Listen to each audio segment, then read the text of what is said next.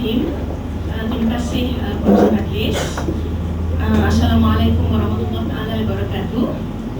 Sekali lagi, saya Siti Nazrin binti Abdul Rabu daripada Pusat Teknologi Pengajaran dan Multimedia PTPM-USM.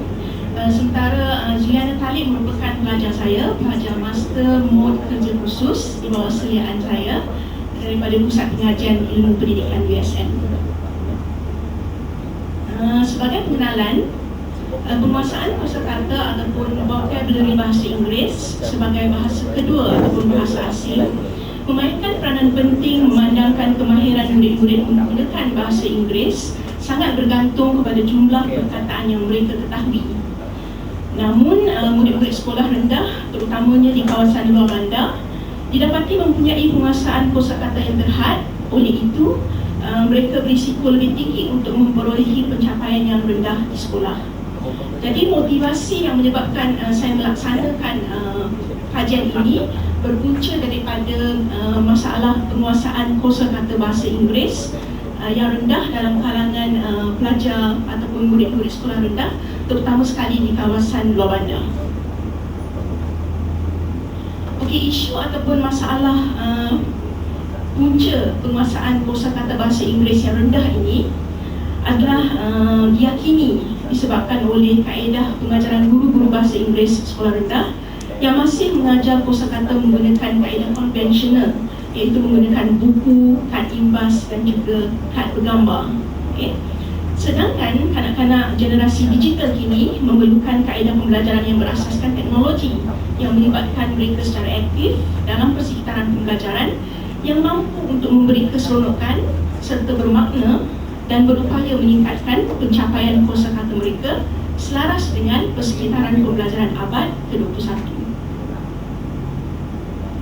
Oleh itu, dalam usaha kami untuk mencari strategi alternatif kaedah pembelajaran berbantukan teknologi melalui sorotan kajian, maka kajian-kajian lepas ini mencadangkan potensi dua strategi ini, iaitu strategi aplikasi multimedia interaktif dan juga strategi permainan digital. Okay.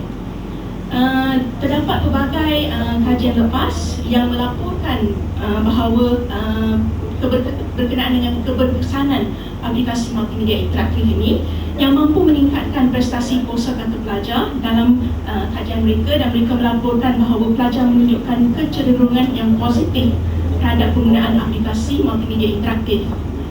Dan kebanyakan aplikasi multimedia interaktif ini adalah berasaskan model yang dicadangkan oleh Meyer, iaitu teori kognitif multimedia yang banyak menggunakan elemen-elemen multimedia.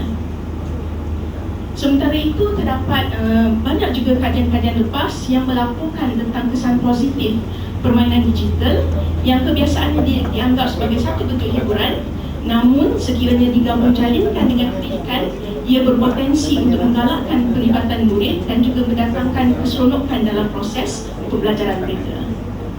Dan antara model yang popular bagi pembelajaran permainan digital ini ialah model yang dicadangkan oleh Garris dan rakan-rakan 2002, iaitu model pembelajaran berasaskan permainan, di mana model ini mencadangkan gabungan penggunaan elemen multimedia serta juga ciri-ciri permainan. Oleh itu, dua strategi ini telah dikenal pasti berpotensi untuk meningkatkan pencapaian kosakata murid.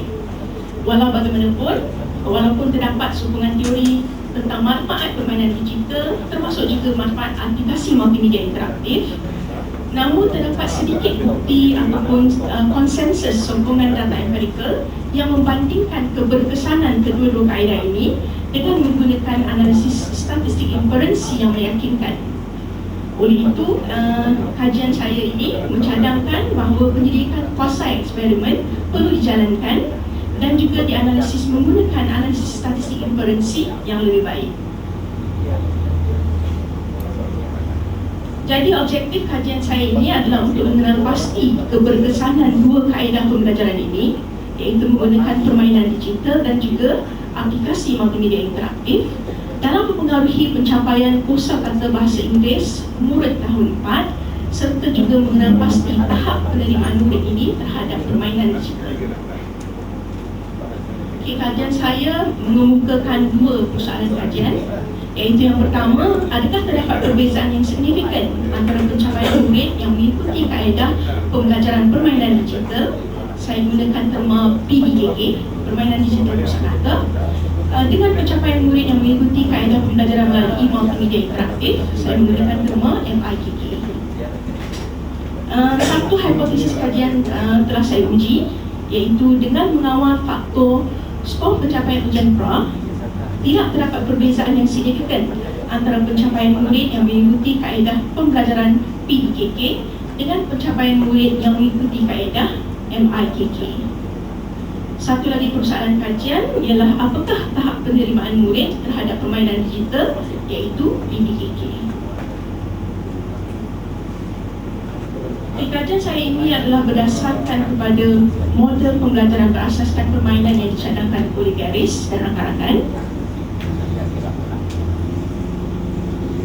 Setelah saya mengadaptasikan model ini, di mana model ini perlu melalui proses input, proses dan juga output. Pada fasa input, kami telah memilih satu permainan digital yang dinamakan sebagai speedword yang berasaskan web yang diberikan secara percuma, yang telah dikenal pasti mempunyai ciri-ciri permainan seperti yang mempunyai timing ataupun masa yang mencabar murid untuk bermain, mempunyai ciri-ciri fun learning, keseronokan, yang di mana sekiranya pelajar menjawab dengan tepat dan lebih pantas menjawab, jadi maka akan menyumbang dengan lebih tinggi. Kemudian dari segi pemaparan markah yang trigger persaingan dalam kalangan murid, juga terdapat bahagian rumusan di akhir permainan, dan juga permainan ini boleh diulang dan boleh dicuba berkali-kali bagi pelajar untuk meningkatkan penguasaan kosakata mereka. Semasa pelajar ini menggunakan permainan digital speedword ini, mereka akan melalui kitaran permainan, iaitu kitaran permainan ini bermula dengan penilaian murid tersebut terhadap permainan digital itu, iaitu speedword. Sekiranya mereka menilai bahawa pembelajaran melalui speedword itu bagus dan baik, maka ia akan mengaruhi kelakuan dan tingkah laku mereka, di mana akan meningkatkan motivasi mereka, dan seterusnya maklum balas secara berterusan daripada permainan itu akan mengukuhkan lagi ataupun mengekalkan momentum motivasi pelajar. Penilaian maksudnya pelajar itu sendiri akan menilai sama ada permainan digital itu boleh menarik minat mereka, adakah permainan digital itu seronok untuk dimainkan ataupun dipelajari, sama ada dia dapat meningkatkan keyakinan pelajar tersebut dan juga pelibatan aktif pelajar. Jadi sekiranya penilaian murid terhadap permainan ini bagus dan baik, maka dia akan meningkatkan motivasi murid tersebut, dan maklum balas sistem yang secara berterusan ini akan mengekalkan momentum motivasi pelajar. Jadi kitaran permainan yang dilalui oleh pelajar atau murid dalam permainan digital speedword ini diramal akan mampu meningkatkan pencapaian kosakata bahasa Inggeris murid, termasuk juga tahap penerimaan mereka. Kajian ini menggunakan reka bentuk fasa eksperimen, di mana satu kumpulan diberikan kaedah pembelajaran permainan digital, iaitu PDKK, dan satu kumpulan lagi diberikan kaedah pembelajaran multimedia interaktif. Terdapat 3 alat pengukuran. Yang pertama, bahan pembelajaran itu sendiri, iaitu PDKK, di mana kami menggunakan permainan digital speedword yang terdapat 24 kosakata. Sementara untuk multimedia interaktif MIKK, pelajar saya iaitu Zilana Talib membangunkan satu aplikasi multimedia interaktif menggunakan platform PowerPoint yang juga mengandungi 24 kosakata yang sama seperti permainan digital speedword. Instrumen yang kedua, ujian pra dan ujian pasca pencapaian kosakata murid, hanya berfokuskan kepada tajuk adjectives of 4 people yang terdiri daripada 3 persoalan kosakata yang perlu dijawab selama 40 minit. Dan akhir sekali, borang soal sedikit yang terdiri daripada 16 item hanya diberikan kepada kumpulan murid yang menerima rawatan permainan digital sahaja, yang berasaskan model TAM, Technology Acceptance Model, dan Cronbach Alpha kajian rintis ialah sebanyak 0.83. Seramai 70 orang murid tahun 4 daripada salah sebuah sekolah rendah kebangsaan luar bandar yang terletak di daerah Penaga, iaitu Seberang Perak Utara, telah dipilih sebagai sampel kajian, di mana hanya pelajar-pelajar yang mempunyai tahap pencapaian bahasa Inggeris yang sederhana dipilih, iaitu yang melibatkan band 2, 3 and 4 dalam laporan penilaian sumatif bahasa Inggeris KSSR semasa mereka di tahun 3. Jadi 35 daripada 70 ini telah diberikan rawatan PDKK dan dianggap sebagai kumpulan eksperimen, sementara 35 lagi dimasukkan ke dalam kumpulan kawalan dan diberikan rawatan multimedia interaktif. Daripada segi prosedur kajian, pada awalnya kedua-dua kumpulan, mulai eksperimen dan juga kawalan, perlu melalui ujian pra, kemudian diikuti dengan rawatan bagi kumpulan eksperimen PDKK menggunakan Speedword, sementara MIKK menggunakan platform PowerPoint, di mana murid-murid ini dibawa ke makmal komputer untuk menjalani rawatan ini, disusuli dengan ujian pasca. Namun hanya borang soal selidik itu hanya diberikan kepada kumpulan eksperimen sahaja untuk menilai tahap penerimaan mereka terhadap permainan digital. Analisis covariance iaitu ANCOVA telah digunakan untuk menilai sama ada murid yang menerima rawatan PDKK mempunyai pencapaian kosakata yang lebih tinggi daripada murid yang menerima rawatan MIKK, dan skor pencapaian ujian pra digunakan sebagai covariate yang bertujuan untuk mengawal perbezaan pengetahuan awal yang ada antara kumpulan rawatan. Keputusannya, setelah mengawal skor pencapaian ujian pra, murid tahun 4 yang menerima rawatan PDKK didapati mempunyai tahap pencapaian kosakata bahasa Inggeris yang lebih tinggi berbanding dengan murid yang menerima rawatan multimedia interaktif. Oleh itu, kami telah menolak hipotesis. Seperti yang dilihat di skrin pada jadual yang kedua di sebelah kiri, itu menunjukkan perbezaan mean markah di antara PDKK dan MIKK sebelum skor ujian pra dikawal. Di sebelah kanan merujuk kepada mean bagi perbezaan PDKK dan MIKK selepas skor ujian pra dikawal. Walaupun sebenarnya perbezaan sebelum ujian skor dikawal lebih tinggi, namun perbezaan yang setelah skor ujian pra dikawal masih signifikan. Jadi kajian ini membuktikan bahawa ciri-ciri permainan dalam Speedword PDKK ini berjaya untuk mencetuskan kitaran permainan tadi yang melibatkan kitaran penilaian, tingkah laku serta maklum balas kepada murid yang berulangan, justru menggalakkan proses penglibatan aktif murid, dan kitaran permainan ini telah diramal memberi kesan kepada peningkatan prestasi pencapaian kosakata yang signifikan tadi. Oleh itu, menerusi kitaran maklum balas dan penilaian ini, murid diramal telah dibimbing oleh permainan tersebut untuk menyelesaikan tugasan permainan, dan apabila kitaran tugasan permainan ini disempurnakan, maka pembelajaran yang berkesan telah berlaku.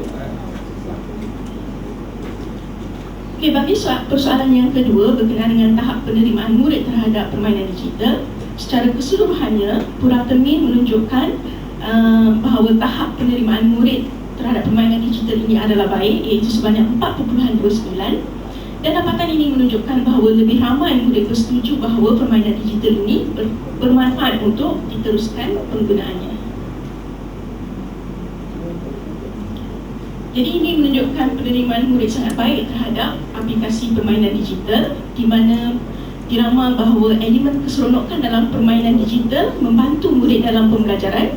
Justru murid menunjukkan minat dan juga kesungguhan dalam aktiviti yang mereka jalankan.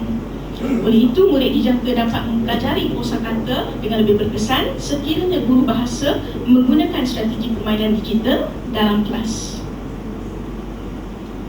Jadi secara kesimpulannya, permainan digital ini berkesan dan juga diterima baik oleh pelajar.